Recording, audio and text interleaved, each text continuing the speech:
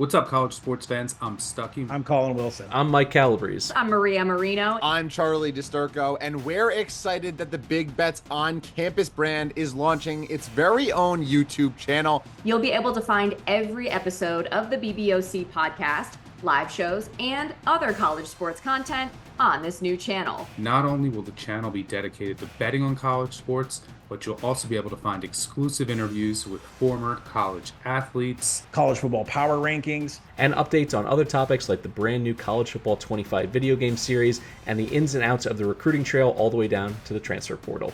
Whether you're into college football, college basketball, college baseball, or any of the college sports, we are the home for college sports, and BBOC is the channel for you. Make sure you subscribe so you don't miss any of the action.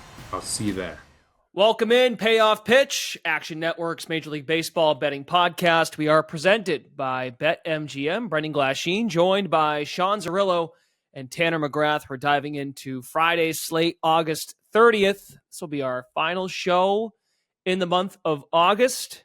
No show Labor Day no show on Labor Day. We'll be back Tuesday of next week. So the next time you hear us will be into the month of September, when rosters expand and we find out who really doesn't give a crap anymore. But we have some great races. That's really the lead story, and some good matchups this weekend. So we're getting you set for Friday's slate, August 30th, 16-gamer. We have the Milwaukee Brewers and Cincinnati Reds in a doubleheader, which we'll just dive right in there because there is a 12:40 first pitch on Friday. Sean Zerillo's best bet is going right to that game. Yeah, I'm assuming it's going to be my best bet. Only one book has a line out for this right now, but they did open the Reds at plus 114, and I made the Reds about minus 119, assuming we get the pitching matchup of Nick Martinez going against, I'm blanking on it. Colin Ray for the Brewers. Yep. So Nick Martinez is substantially better than Colin Ray. Colin Ray, a guy we've picked on a bunch this season. His metrics have gotten slightly better, pushed closer to the mid fours, where previously earlier in the year he was in the high fours, closer to 5. But Martinez, I think, just completely missed by the betting market. I've bet on him a ton this season, bet on his unders a bunch when he's pitched in Cincinnati. So 3.27 expected ERA, 3.54 bot ERA, 108 pitching plus. He has excellent command, 3% walk rate, and that's been the breakout skill from him this season. He was in the majors 2014 to 2017, went over to Korea, went overseas, came back, was working out of the bullpen for the Padres, started getting spot starts for them, was getting openers in front of them, and then throwing longer relief. But he's basically trimmed his walk rate by a third this year. He's cut it by 2/3 this year. It was previously 9%, 9.2%, 8.7% the past 2 years. It's at 3% this year. That ranks up there with all of the leaders in the major leagues. Typically, the major league leader between 2.5% and 3%. That's where Zach Eflin and George Kirby were last year. It's roughly where Kirby is this year. So elite command, and I think we have enough of a sample.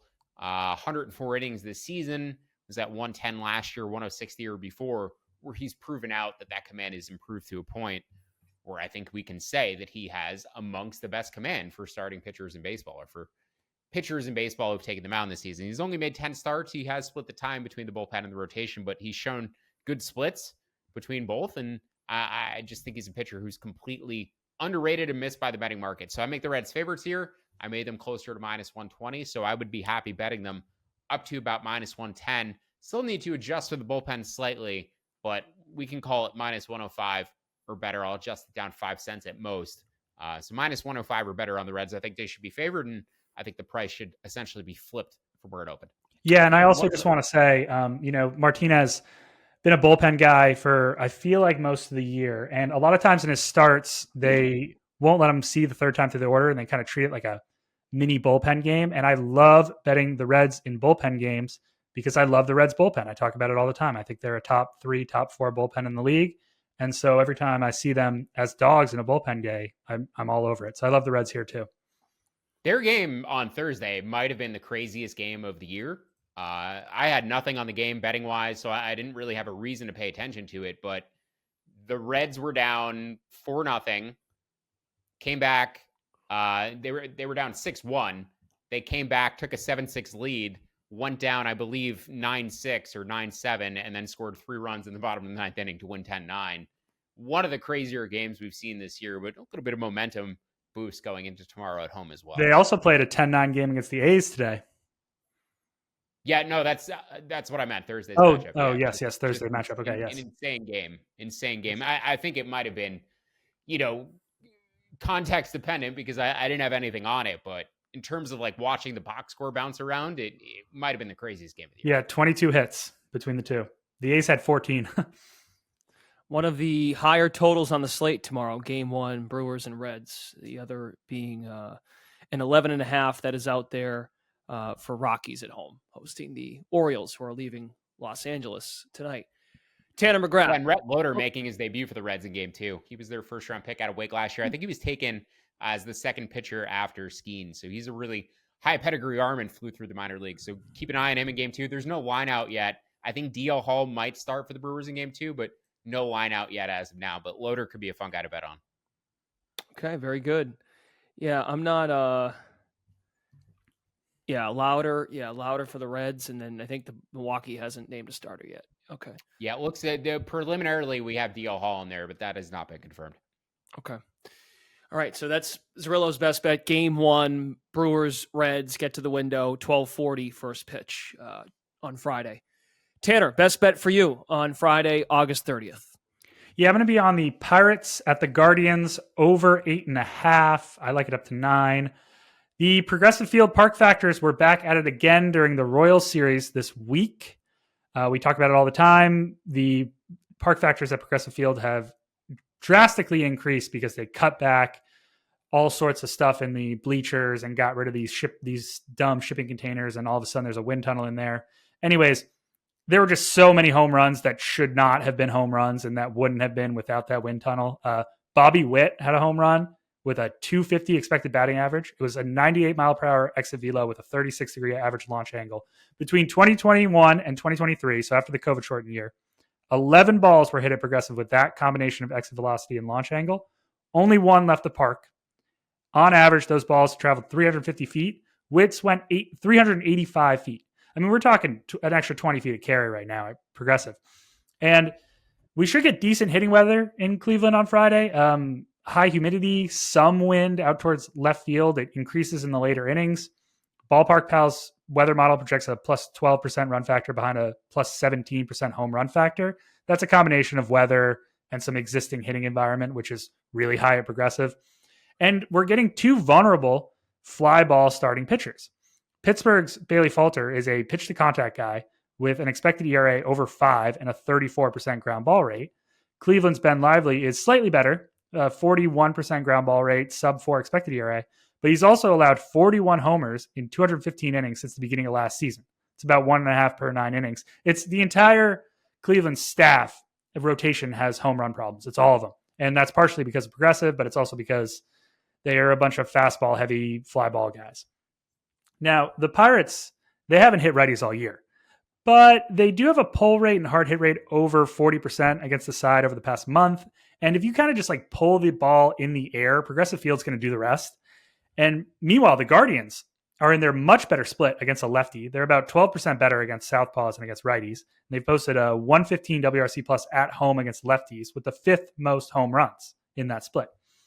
Cleveland's league best bullpen, in my opinion, it does scare me off this over. It almost scares me off. But the Pirates bullpen is in complete disarray. I mean, we talked about it before the show. They blew a 10-3 7th inning lead against the Cubs the other night. They have a 7 ERA over the past 2 weeks behind an 11% walk rate and a 45% hard hit rate. David Bednar is completely broken. I mean, what a fall from grace for that guy, a guy who I thought was among the better closers in the National League just 18 months ago. He's allowed at least 1 run in 11 of his past 20 outings, including multiple runs 2 or 3 times, 5 runs against the Cubs in that aforementioned game. Ballpark Pals model projects 10.5 runs for this one. I'm interested to see what Zerillo would project, but I like it over 9 or better. I think this should be a high-scoring game. Ballpark Pals model is high. It's high in every game. I don't know why they haven't adjusted it down, but it recommends the over on every single game. So take their projections with a grain of salt. Their run scoring environment is just high. their adjustments are great, but their overall, like, how many runs per game should these teams be scoring? I think it says the over on basically every game. So I made this 9.1. I think the first 5 over may be the better look. I made the first 5 over, or I made the first 5 total.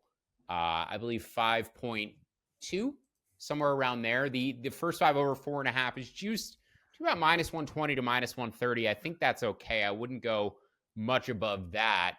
And then at over 5, I'd want even money, basically. So let's call it over 4.5 -130 and over 5 even money. Usually my split is about 30 cents for half runs in the first 5 innings, 18 to 20 cents for full game half runs, if you're wondering about the price adjustments as we go up.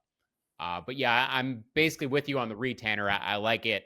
I just want to avoid the bullpens and the Guardians bullpen in particular if we can, especially coming off of an off day. But they did throw a lot of relievers in that Guardians series. They had the doubleheader in there.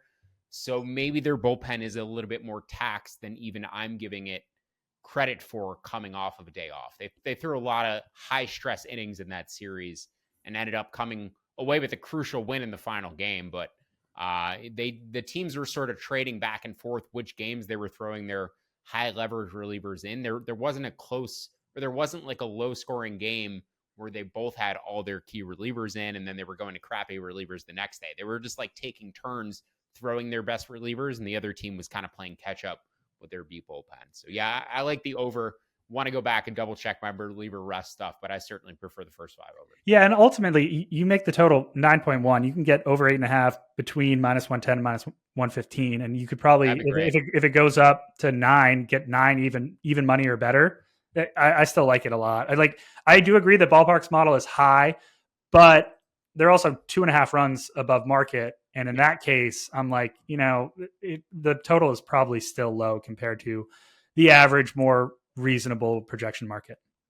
I'm also curious too if they have upped their progressive field park factor this year. Like if they're still going off of their preseason and then boosting it for the weather, going off of what the standard was preseason, then boosting it off the weather, or if they have like upped it from where it was in the preseason. So if they haven't adjusted it, it lends even more credence to the over. I think that they have, though, because like I said, they project a plus 12% run factor. Like the weather it's decent. It's not good enough to be considered 12%, right? Right. The park factors there are at least 8% plus run scoring environment. So I think it's like a combination of that. The one adjustment from them that I don't trust so much is Comerica. I feel like it's typically a little bit too high on Comerica. Absolutely. Comerica's a pitcher's park. Yep. Yeah, I just feel like they're often like plus 10%, plus 5%. It's like usually like plus 5 to 15% with good weather. When I think that park is just so hard to hit balls out of. Yep. If you look at Action Labs and go back, day game unders at Comerica are like hugely successful over time. I think there might be some shadow stuff there too that we don't really factor in with why guys struggle to hit there. So yeah, just beware those factor adjustments on Comerica. But the Coors Field stuff I think is actually dead on, and oftentimes so much better than the betting market indicates. Usually when they're super high or super low on Coors Field, I actually think they're the most accurate source for it. Okay, good stuff. There are your best bets. We're going to skip Fade the Public for today. Not enough data. Not enough that gives us a good read that's worth your time. So on to Underdog. Books are getting a little lazy. It's football season. They're getting a little slower putting lines out on some of these games. That's a good point. If things are slowing down a little bit, the first 5 lines may not pop up as quickly. And we're also heading into September where teams are going to be a little weird about holding back their starting pitchers or getting lineups out late. So it's just that time of year. And unfortunately, that is the case, but we'll work with it. Well, as it turns out, look at underdogs. You're targeting another game, Zarrillo, where the pitching situation, I guess you'd call it weird because we don't know it yet. For Boston visiting Detroit, the Red Sox have named Tanner Houck, but we don't know the starter for Detroit, but that doesn't matter to you, I guess. Well, Casey Mize has not been confirmed yet, but it does seem like he's going to get the ball for the Tigers. Okay. He's lined up. He started a rehab game. What would be regular rest for him, and he pitched quite well in that. 4 2/3, no walks, 7 strikeouts. I think he gave up some runs, but seemed like he was healthy, and that has been the big concern with him. because he's flashed really good pitch modeling metrics. He has a potentially elite splitter, obviously the first round pedigree. When he came out of college, he was a huge deal, was considered kind of Skeens-like, didn't have quite the same hype as Skeens, but he had a degree of hype on the Skeens train where he was like, I'd say 50% of the Skeens hype for what he was expected to be. But at the time, it was like, this is the best pitching prospect we've seen in a while. Could he potentially jump right from college to the major leagues? So he's always been super talented, hasn't really come together. We were betting on Mize a lot earlier in the year because his stuff plus had really popped in spring training. Obviously been on and off the IL, not fully healthy. I don't know if he'll ever be fully healthy, but I do think there is a slight edge on the Tigers here. They've been playing really well. I bet against them today. Prior to that, I think they'd won 6 straight or 7 straight. They've kind of gotten themselves back within range of the hunt in the American League wild card. I don't really think that AL positioning is going to ultimately change much. I probably expect the Twins and the Royals and the Guardians to all get in unless the Guardians collapse completely. I think of those 3 teams, the Guardians are probably likeliest to collapse. But the Tigers, if that happens, could potentially overtake their own division rival and get in when it seemed like the Tigers were going to finish below 500. And the Guardians were running away with the division. So the AL Central has been one of the most fascinating divisions in baseball this year. But the Red Sox, just looking at the lineup, the projected lineup for tomorrow, Mickey Gaspa hitting second. They have like 4 guys in the lineup that don't particularly scare me at all. Sogard in the 8 spot or the 7 spot. Ceddanne Rafael, we talk about the defense all the time, but his bat isn't particularly frightening. So I expected this Red Sox lineup to be a bit scarier at this time of year. It seemed like they were getting healthier. Now they have a few replacement level guys in there. And I think the Tigers are the clear value side of this matchup. So not a huge edge, but plus 115 or better on Detroit. Tanner, underdog for you on Friday. Yeah, I love me some road dogs. I'm going to take the Cardinals around plus 150 at the Yankees, mainly because, I've talked about it all the time. I'm all the way out on Marcus Stroman. I'm completely out. I have been all season. His fastball. He was fantastic. Speaking of the Tigers, he was great in that Little League game. Now, someone on this podcast may or may not have had the Yankees, and I was pissed when they lost that game. But Aaron Judge made that great play at the plate. And then, of course, it came down to another play at the plate in extras. Anyway, go ahead. Yeah, but, look, the Tigers have been playing better, but it's not like they're a great lineup, right? And if you look outside of that, over his past 6 starts now, so that includes that Tiger start, he's pitched to a ERA close to 5.3. He can't locate anything. I'm sorry? Expected ERA. No, literal ERA 5.3. Oh, his little. Okay, thank you. Over his past 6 starts, yes. He's walked, he can't locate anything. He's walked 10 batters to 19 strikeouts across those 27 innings. And his ground ball rate, which is so crucial to a sinker baller's success, sits at 42% over his past 6 starts. He's just, he doesn't have any velocity or stuff anymore, and he can't force any ground balls on that sinker, and he's just not the same pitcher he was 2 or 3 seasons ago. He's significantly worse. I am so low on Marcus Stroman. And, the Cardinals, they can hit righties sometimes. They might be inconsistent, but they've been an above-average offense against that side in the year. They are a top 5 offense against right-handed sinkers with a 900 OPS, a 380 expected WOBA, and a 13% strikeout rate to an 11% walk rate. I think that's a perfect matchup against Stroman and his weak sinker and his command issues. Eric Fetty goes for the Cardinals. I don't know. I think I've settled on that. He's a completely average pitcher. Like, I'm not in love with him or even his start here in St. Louis, but I do consider him a better pitcher than Stroman. And although it is a tall task to stare down the Bronx Bomber offense, I would probably give the Cardinals a bullpen advantage. I like the back end of that unit. They did use Helsley on Thursday, but Kittredge and Romero should still be available. And again, like I've talked about 100 times on this podcast, I'm just super low on the Yankees bullpen. I think it's a bottom 10 unit. I think it's a bottom 5 unit at worst. And I think that plus 150 is way bonkers too high for the Cardinals against Stroman on Friday. I'd probably project this line closer to plus 120. So give me plus 140 or better on the Cardinals. Okay, very good. They're your underdogs. The Tigers against the Red Sox and the Cardinals taking on the Yankees in the Bronx. Couple more from each of the guys, then we'll get out of here. Sean's got 2 more looks, a total and a first 5, and then Tanner's got 2 more as well. Yeah, bonus money line too, the Colorado Rockies, if you want an additional underdog. I project a massive edge on this game, assuming Suarez starts for Baltimore. I also think I want to do some research into this. I think there's like a system shock when teams go to Colorado initially, especially for the first game of a series. There's, in my mind, like this temptation that guys see the park they're in and try to swing for the fences. And Interesting. they need to adjust and like actually start putting the ball in play and hitting for base hits. Now, the Orioles are the perfect team to have success in Colorado because they poke everything the other way. The Rockies' worst defender is Brendan Rodgers, who's defending that part of the field for the right-handed hitters. And they're just great with two-strike approach and like knocking base runners around. So I think the Orioles should probably sweep this series. It's obviously a soft matchup, but also the way they put balls in play and don't strike out, that lends itself a lot to having success in Coors Field. But in the same respect, I think this line is off. So the Rockies line, I think I saw like plus 165. I'd probably make this closer to plus 130. I'll probably be betting Baltimore, won't be betting it big. And I'll have to decide between first five and full game. I might actually prefer first five there because the Orioles do have the better bullpen, and I believe they were off today as well, so should have the rest advantage. Orioles play tonight, Sean. They play tonight. Oh, they play tonight. Okay. Thank you. Yep. That's why I didn't fully handicap that game yet. But yeah, the Rockies, either way, it's going to be an edge. It was a massive edge. I just am at no point of my night close to betting it because of that Baltimore game. Still left to go. And then they have to travel overnight and get to Colorado. So factor that into your handicap as well. The Rockies were at home. Don't have to go anywhere. So travel, rest advantage. Orioles adjusting to a new environment. I think if you take a shot in that series, it might be on Friday. The Astros first five money line, I bet that today. Cash to the fifth inning. Feels like a rare occurrence for me, but glad to get that one home. I just think it's a little bit short for Fromber. I make it closer to minus 165. He's been pitching quite well of late.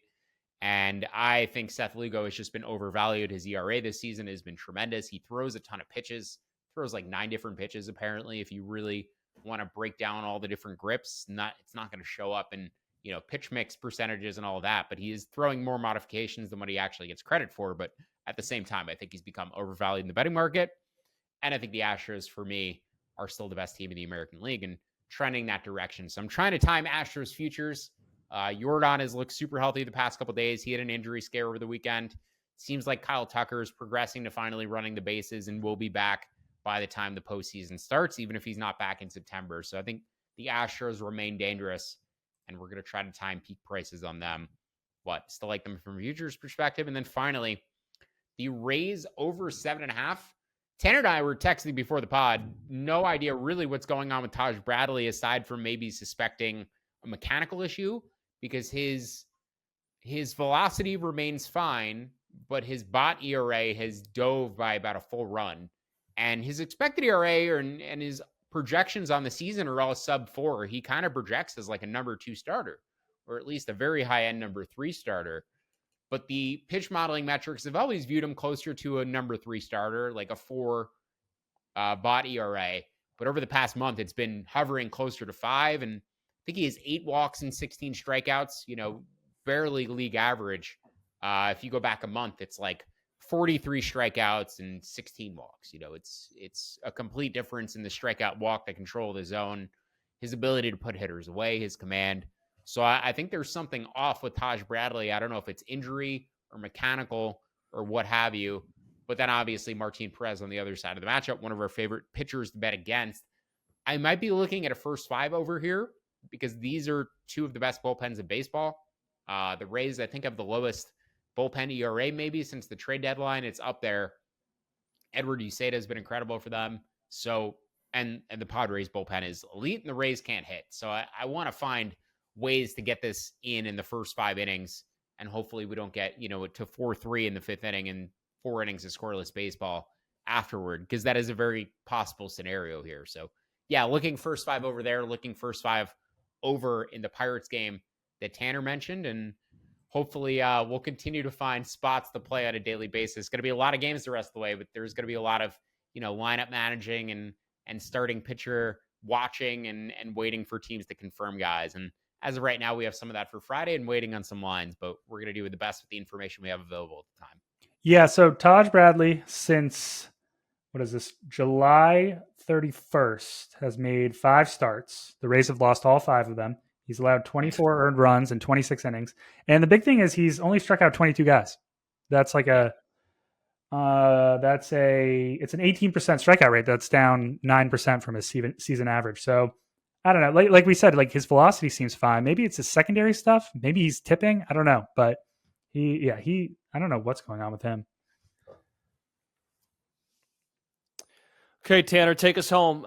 This next one that you've got, and then you've got looks on 2 more good series with the Braves and Phillies. I mean, the Braves, they've started to figure it out a little bit, right? They've won 7 of 10. A chance for the Phillies here to put this one away. What's your play on this game? Yeah, so, Braves and Phillies played here on Thursday night, and the Braves went up 4-0, and then the Phillies came back, made it 5-4. And I am going to be on the over 8 in Friday's game, so hoping for another over in this one. Should be decent hitting weather at Citizens Bank on Friday, maybe an extra 5% scoring factor. It's not a bad park for hitting. The bigger thing is, though, that Atlanta's Reynaldo Lopez is just a monster negative regression candidate. I know we're deep in the season, but he's only pitched 110 innings. His 25% strikeout rate looks good. His 95 stuff plus mark, his 9% walk rate, his 6% home run to fly ball rate, extremely low. None of those look good. And he pairs a 2 ERA with a 4.2 expected ERA and a 3.7 expected FIP. And he's getting wilder, too, as the season is progressing, as he's starting to mount up more innings. I mean, he's walked 18 batters across his last 40 innings, and he's stranding all of them. He's stranding every runner. Among starting pitchers with at least 100 innings pitched this year, Lopez has the highest strand rate at a whopping 86%. That has to change. And the Phillies are a great lineup. I mean, we all know this, right? And Lopez has shut them down this year.